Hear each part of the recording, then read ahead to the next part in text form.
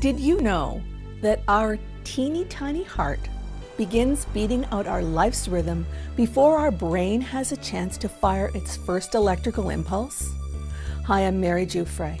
Until quite recently, modern science believed our heart is just a pump which facilitates blood flow around our physical bodies.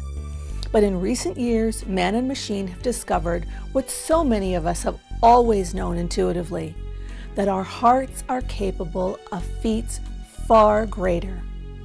Research at the Institute of HeartMath have confirmed that our heart is an intelligent, sophisticated hub which sends signals to our brain to influence our emotional processing. Our theme for February is Heart. The intelligence and wisdom of our heart-centered Fengshi.org collaborators know a lot about heart.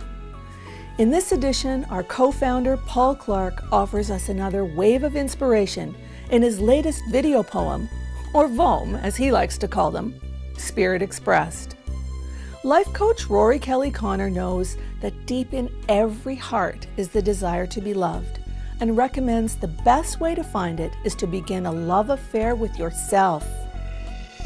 In her essay Touching Hearts, Touching Souls, Mari Selby explains that the heart feels things that the eyes cannot see and knows things the mind can't possibly understand.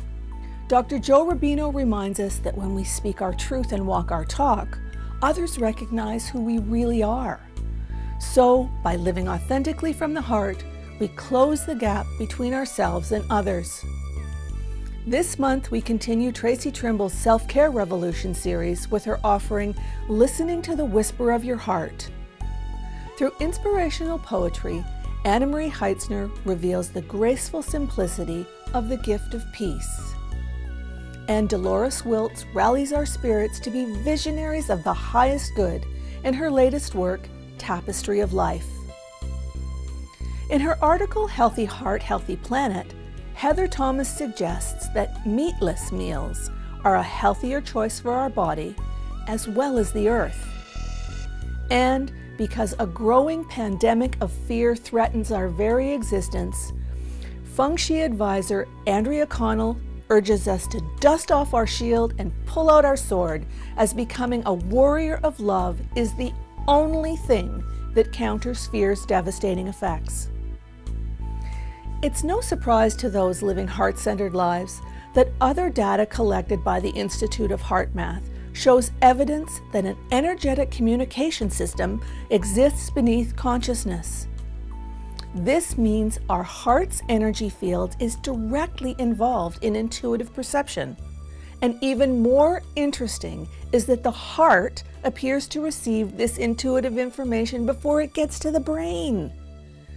I lovingly encourage all overly analytical minds to escape the lonely, isolated peak at the top of their shoulders and trust the process of combining your brilliant brain power with the loving tenderness of your emotionally intelligent and intuitive heart.